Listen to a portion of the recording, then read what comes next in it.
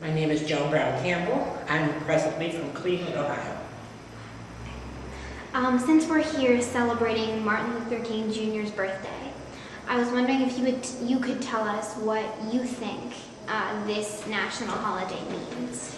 Well, first of all, I have to say that I was privileged to know him and to have walked with him and to have talked to him. And so for me, it's very, very special always to celebrate his birthday.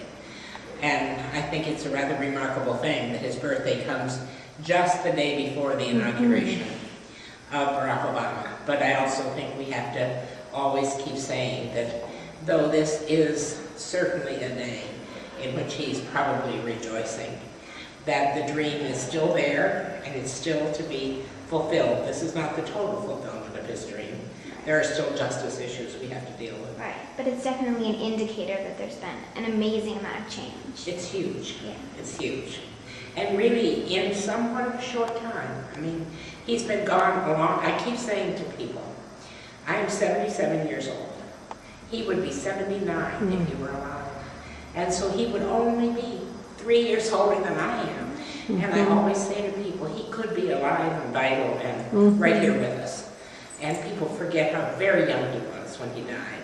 And what a huge gift his life was to us. And what a tragedy for those of us who lived with him, what a tragedy his death was. Yeah, but so what work have you personally done that you think furthers Martin Luther King's goals of peace and equality and justice in the world? Well, I think it's, I have given my life really to poverty and to peace.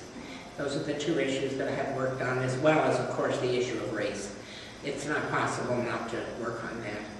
And I was General Secretary of the National Council of Churches for 10 years, and our major goal was really to work on those issues of peace and poverty. And I worked also for the World Council of Churches in Geneva, was privileged to work with Nelson Mandela, was there when he stood behind him when he cast his ballot, and he became the president of South Africa. And so for me it's been, but the most important for me I think was the work that I did very early on in Project Head Start, where I worked in the ghetto in Cleveland and worked with young people, very young children, and I began to learn more about life from them than they learned from me. It was an amazing experience. I had not grown up in poverty. I didn't know that much about poverty, and so I spent a great deal of those early years, right after I got to know Dr. King, working in the poorest communities in Cleveland. My daughter ultimately became the mayor of Cleveland, and it was very interesting to go with her then when she was running for mayor and go back to the streets. We forget what it's like on the street and in those poor communities, and some of the women are remarkable in those poor communities and what they know and what they have to teach us about how to do much with very little. And you were the first woman to hold a number of important positions. Do you think that being the first woman in those positions, do you think you faced any extra pressure or scrutiny at all? You know, I'm sure I did. In the way, when I was doing it, I didn't feel like that particularly. I mean, I was pretty intent on getting the job done. I think when I look back on it, I saw more of it in my daughters. She was the first woman to be mayor of Cleveland, and I think I saw it more, but you always do, see it more with other people than you do with yourself. Right. I think probably the strangest thing was that I was the only woman, and so most meetings I was in, it was all men. And I think one of the struggles was really to fully be a woman. And I tried very hard not to lose that.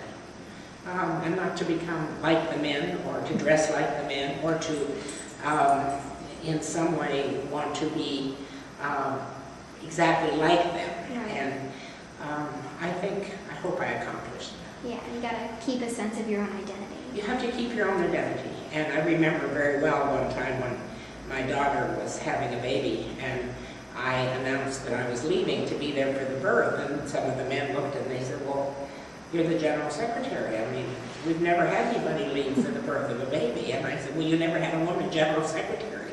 who needs to be there when this baby's born. And so there were things like that would just, it wasn't so much they were critical as they were surprised. I mean, why don't you take time off just to go to your daughter's when the baby's being born? And I said, what more important thing could you possibly do than to be present when your grandchild comes into the world? And so there were those kind of things that by the time I left, I told them that I thought when they were very critical of me, I would say to them at times, well, you treat me just like one of the boys. And so in some ways, with equality does go. There's no favors either. There's no favors about your being a woman. So part of equality is you do get treated just like everybody else does. And that's what we ask for, but sometimes it comes very clearly. Okay. My next question is about the work that you're currently doing. I was wondering if you could tell me more about the Global Peace Initiative of Women. The Global Peace Initiative of Women is a very new organization. And it really was founded because they had a meeting at the United Nations now almost 10 years ago. And they invited religious leaders from all over the world. And there were 77 speeches given. And only 5 of those speeches were given by women. And Kofi Annan, who was then the Secretary General of the United Nations, called those 5 women together, and I was one of them. And he said, I think this is shocking that when we call the religious leaders together, that mostly we have men. And don't you think you should try to put together an organization that could bring together spiritual and religious leaders who are women? And a few of us said, well, all right, we'll do that. And we thought, well, maybe we'll have 70 people. We had it in Geneva, Switzerland, because one of the lessons you learn early on is that not everyone can get a passport to the United States. And so if you want to have a world meeting, you have to have it somewhere where everybody can come. And we had 570 people.